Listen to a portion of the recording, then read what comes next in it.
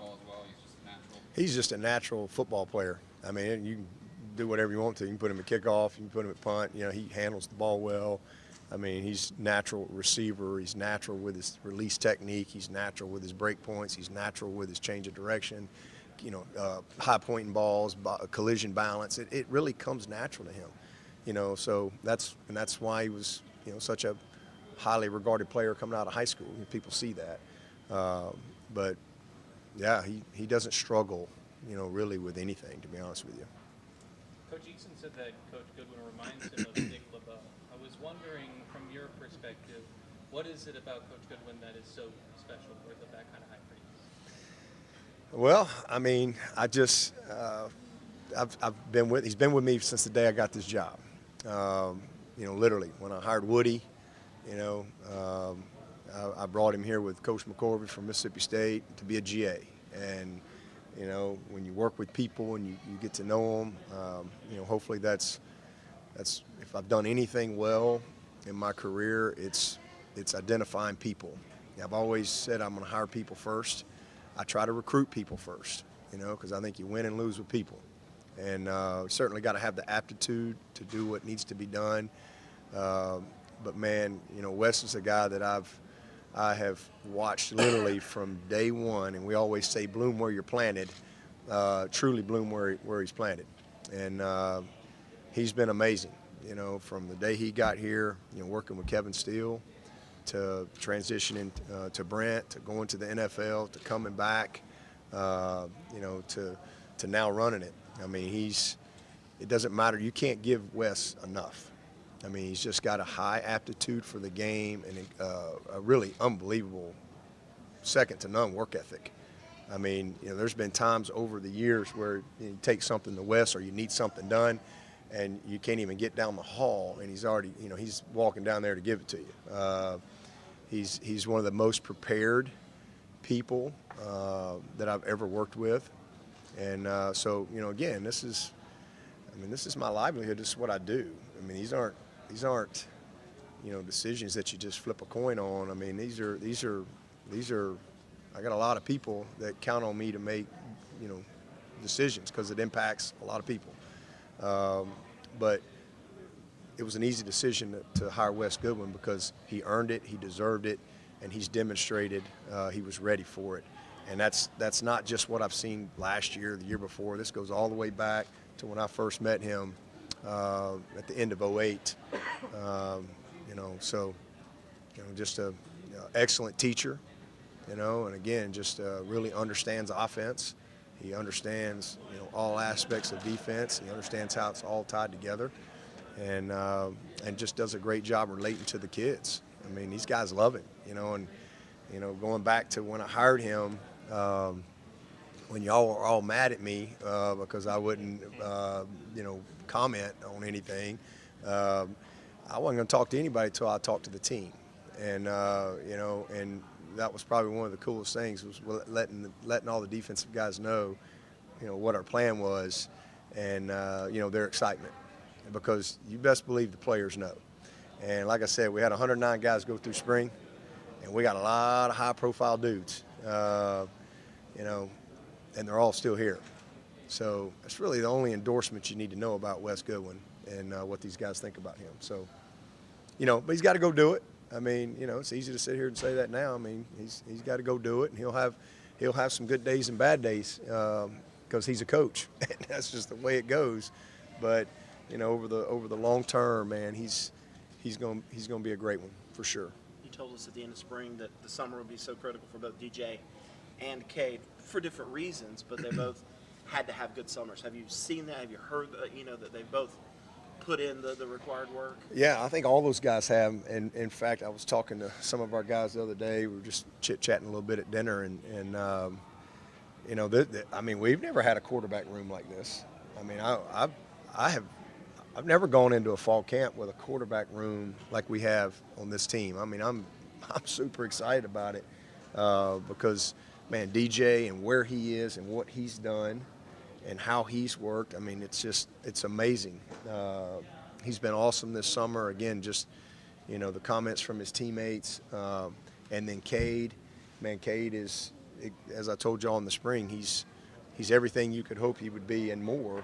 But now he's 195 pounds. You know, he was 179 when he got here in January.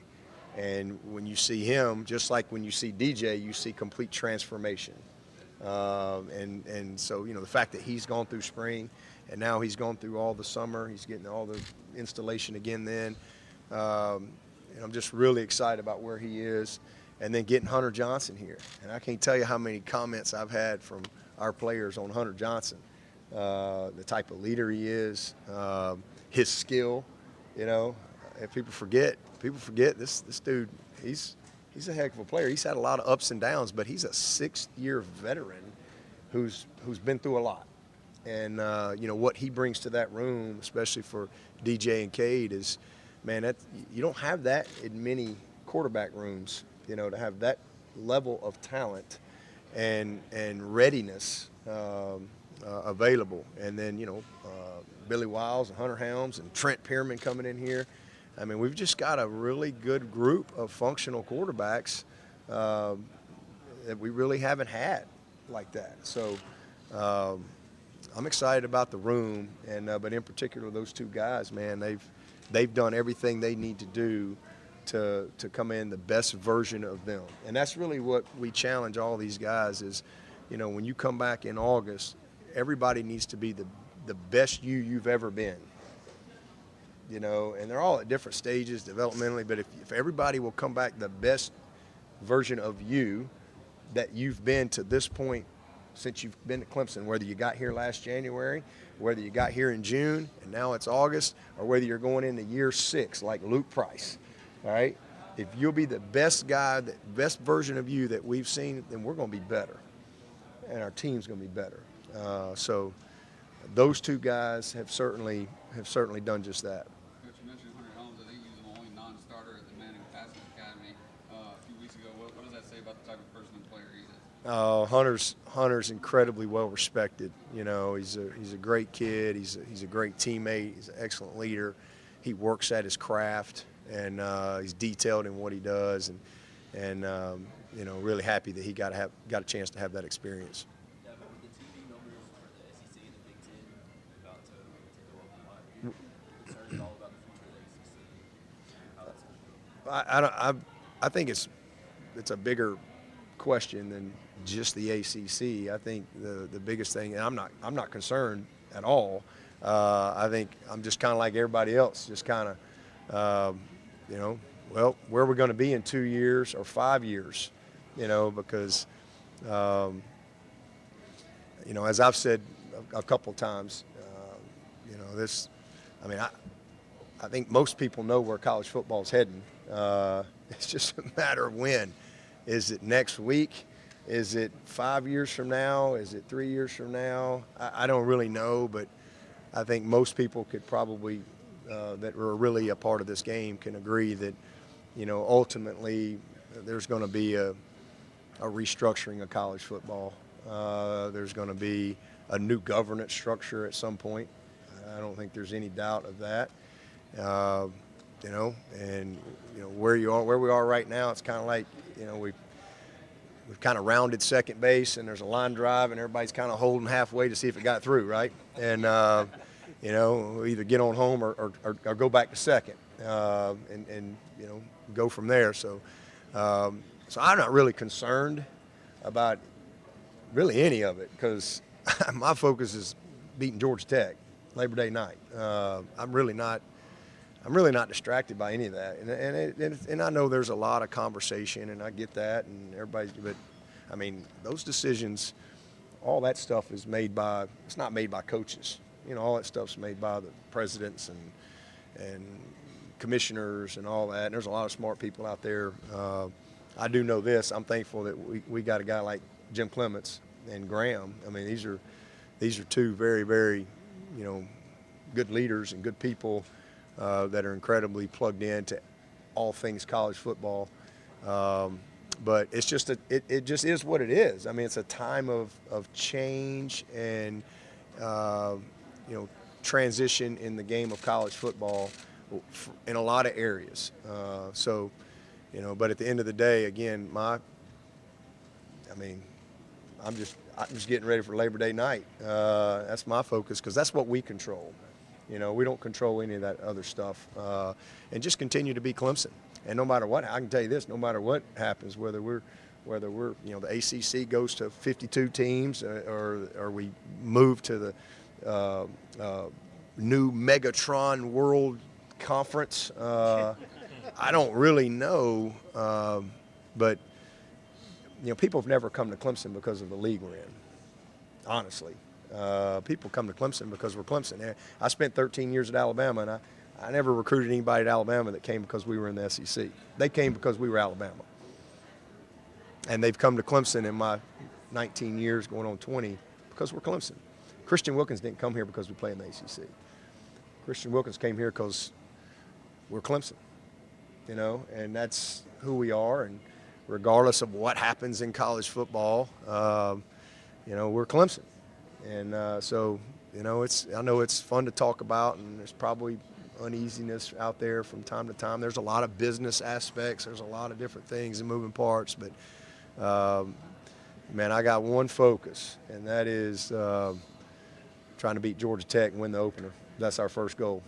Is there a timeline you think something needs to happen by? No, I don't. Again, I have no info on any of that type of stuff.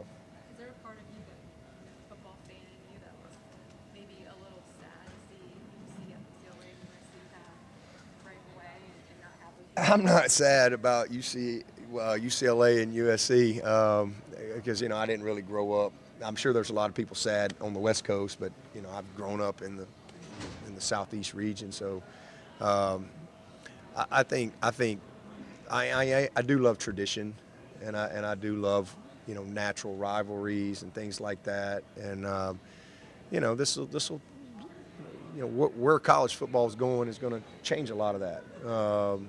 So that part of it, sad, but it is what it is, and just tell us who we're playing and let's go play. Yeah, but the official visit change that you made in the spring, do you kind of go into that decision to allow the summer official visits on top of the follow-up? Well, we did one visit. You can do visits all of April, all of May, and all of June. The only change we made is we made the elite retreat into just an official, and the only reason we did that is because all the kids had already been here. So we didn't bring anybody in here. Well, I take that back. We brought 31 kids in. We only brought one guy in here who hadn't been to Clemson. So 30 of those guys have been here multiple times, been here games, they've been to camps, they've been to junior days, they've been here, to spring practice, and been here many times. The one kid that we brought in that had not been here, we knew what the result was going to be, and we knew why he hadn't been here yet. So, but that was kind of our deal. We weren't going to bring anybody in that had not been here, but a lot of these guys wanted to go ahead and make a decision. And so really the only change was, instead of it being the elite retreat, and the difference is, if you go back through COVID, nobody could get out to campus. That was the big difference. We went a long while where nobody could come in. All of this class have had multiple opportunities to come. So, that was a little change. And again, you can do visits all of April and all of May and all of June. But, we've just chosen not to do that. And we've really taken the same approach. We really hadn't changed anything. We've taken the same approach, and continue to promote the things that make Clemson Clemson, and find the kids that fit what and value the same things that we offer here. And but that weekend was awesome for us, and really we're kind of, by September 1, we're going to be about where if you go back the last 8 years, we're exactly where we've always been from a class percentage, and as far as, some classes are bigger than others, but the percentage of guys that are of your class that are coming already committed. And so I don't see any difference there, but our approach has been the same, and we got a great recruiting class that's coming together, and most of these guys, the other big driving force is the transfer portal. Is one of the reasons too that we made that one weekend an official, because a lot of these kids want to be mid-years now, because what's going on in the high school world is a lot of high school kids aren't getting offered. I mean, you got a lot of kids that the transfer portal has really impacted high school recruiting in a negative way, and a lot of kids are trying to be mid-years now to compete with the portal. So hasn't been a situation here, but a lot of schools are going to take the portal kid over a high school kid that can't come till the summer. So a lot of these kids have ramped everything up, which I don't like. I'm always trying to slow the process down. I think that's driving a lot of some of the early commits too. But for us, it's really kind of the same. Last year we were pretty much done with our class last year. Now we had some decommits at the very end of the deal, but if you go back to pre-COVID, we're right on pace with where we've always been.